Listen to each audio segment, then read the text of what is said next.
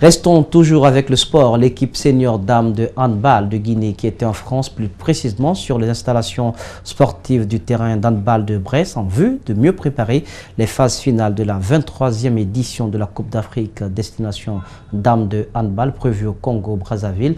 C'est du 6 au 16 décembre 2018 à regagner donc Conakry ce lundi 26 novembre à 2 h du matin pour régler les dernières formalités. Le reportage est signé Moussa Kamposouma, Mohamed Bangoura.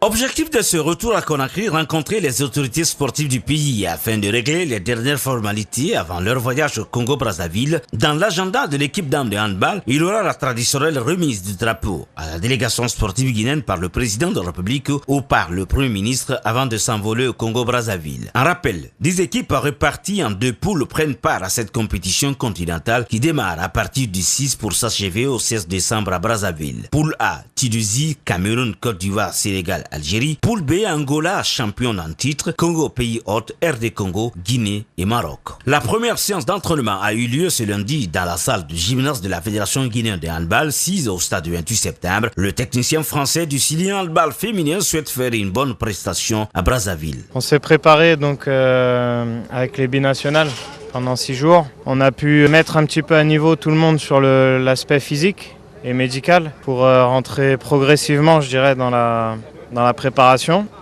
qui nous a permis de bien nous évaluer, d'identifier nos forces, nos faiblesses et tout le chemin qui reste à parcourir pour, on le souhaite, faire un très bon résultat. Les 4 premières équipes de chaque groupe se qualifient pour les quarts de finale. À la fin du tournoi, les 3 premières équipes sont qualifiées pour le championnat du monde 2019 et la première sera qualifiée pour les Jeux de Tokyo en 2020. Voici le calendrier complet de la Guinée au premier tour de la 23e édition de la Coupe d'Afrique des Nations dames de handball. Dimanche 2 décembre 2018 à 13h00, Angola-Guinée. Lundi 3 décembre 2018 à 19h00, Guinée-Congo. Jeudi 6 décembre 2018 à partir de 15h, Guinée-Maroc. Et le vendredi 7 décembre 2018 à 13h00, RD Congo, Guinée.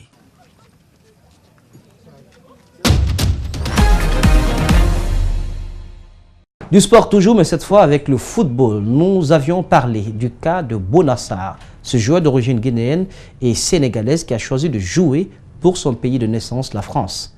Autre exemple, ces derniers jours, celui de Ferland Mendy, à 23 ans, le défenseur franco-sénégalais de Lyon vient de faire son choix. Si les Lions l'ont beaucoup courtisé, il opte également pour le bleu. Notre correspondant Karim Baldé l'a rencontré à Lyon. Souriant, l'air détendu, Ferland Mendy détonne aussi bien en dehors que sur le terrain. Le latéral franco-sénégalais perce depuis la saison dernière ici à Lyon et à l'occasion du derby, il a encore réalisé une grande prestation. Son équipe s'est imposée 1-0 face à Saint-Etienne dans le derby de la région, derby comptant pour la 14e journée du championnat de France de Ligue 1. Mais après la rencontre, nous lui avons posé la question sur son choix de sélection. Il a honoré sa première cape mardi dernier au Stade de France face à l'Uruguay. Alors, qu'en pense-t-il? La réponse avec le principal intéressé à notre micro. Ouais, ça reste un choix footballistique et après, faut ils sont obligés de, de laisser passer et que ça se passe comme ça. Après, c'est un choix, mais je pense que j'ai fait le bon choix. Et c'est un honneur de porter les couleurs de l'équipe de France et j'ai fait mon maximum pour réaliser une bonne performance et au final, ça a payé, ça s'est bien passé. Et en plus, il y a la victoire au bout, donc je suis bien et après on gagne le derby, voilà, je suis épanoui. Le choix de Ferland Mendy s'est donc porté sur l'équipe de France, aux grandes dames d'Aliou Cissé. Le coach des Lions de la Teranga l'avait souvent supervisé lors de matchs du championnat de France de Ligue 1. Mais pour lui, c'est fini. Pour Ferland Mendy, l'avenir s'ouvre désormais aussi bien à Lyon qu'en équipe de France. Karim Baldé avec Louis Decroix pour Espace TV à Lyon. Sur le continent, au Ghana, inquiétude environnementale autour d'un projet de mine. Elle est présentée comme l'un des meilleurs endroits au monde pour sa biodiversité. Mais la réserve forestière de la chaîne de montagnes Atewa au Ghana est menacée par l'exploitation de bauxite. Sous la canopée de la réserve forestière de l'Atewa, certains animaux en voie d'extinction sont toujours en liberté. Mais son sous-sol contient aussi d'importantes réserves de bauxite, ce minerai rouge indispensable pour la fabrication d'aluminium. Le Ghana a signé un accord de plusieurs milliards de dollars avec la Chine pour exploiter le précieux minerai en échange de projets d'infrastructures. Dans la région, l'exploitation illégale de l'or a déjà fait des ravages. Nous allons vers d'énormes problèmes parce que l'exploitation du bauxite, ce n'est pas comme celle de l'or. Avec l'or, vous pouvez extraire le sable, le garder et remplir de nouveau la mine. Avec le bauxite, on enlève la totalité du sol et donc la forêt avec. Les défenseurs de l'environnement affirment qu'une pollution des 3 fleuves qui prennent leur source dans la forêt pourrait toucher des millions de personnes en aval, y compris dans la capitale Accra. Construire un parc national et développer des activités touristiques ici nous aiderait davantage que des mines de bauxite. Les prospecteurs de minerais d'aluminium sont arrivés dans la région il y a plus de 10 ans et les forages d'exploration ont été abandonnés. La reprise des activités minières ravive la méfiance des habitants. Il n'y a pas de travail. Nous voulons donc que l'exploitation du bauxite commence. Moralement, nous souhaitons qu'elle le soit pour que nous ayons des emplois. Le président du Ghana est originaire d'un village avoisinant la forêt. Le développement économique des zones rurales est l'une de ses priorités, mais de nombreuses voix s'élèvent pour l'empêcher d'atteindre cet objectif qui se fait selon eux au détriment de l'environnement.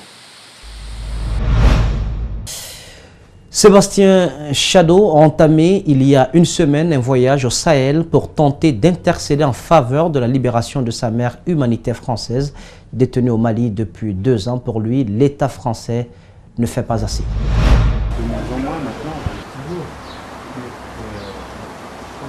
Mon État ne fait pas assez.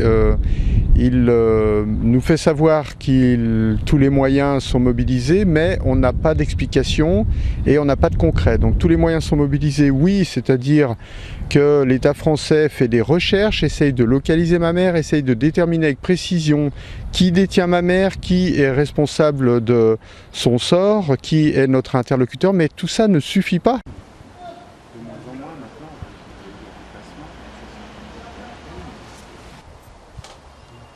L'État français n'a pas mis en place le mécanisme de communication. Et c'est pourquoi je me rends sur place et je ne me vois pas possible de rentrer en France tant que je n'ai pas réussi à mettre en place ce mécanisme de communication.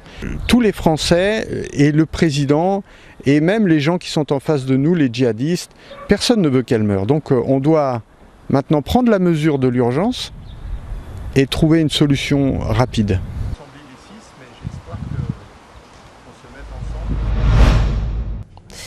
Voilà, mesdames et messieurs, c'est l'élément qui met fin à cette édition d'information. Cadrage pour vous, Mohamed Al-Hussein Kamara était présent.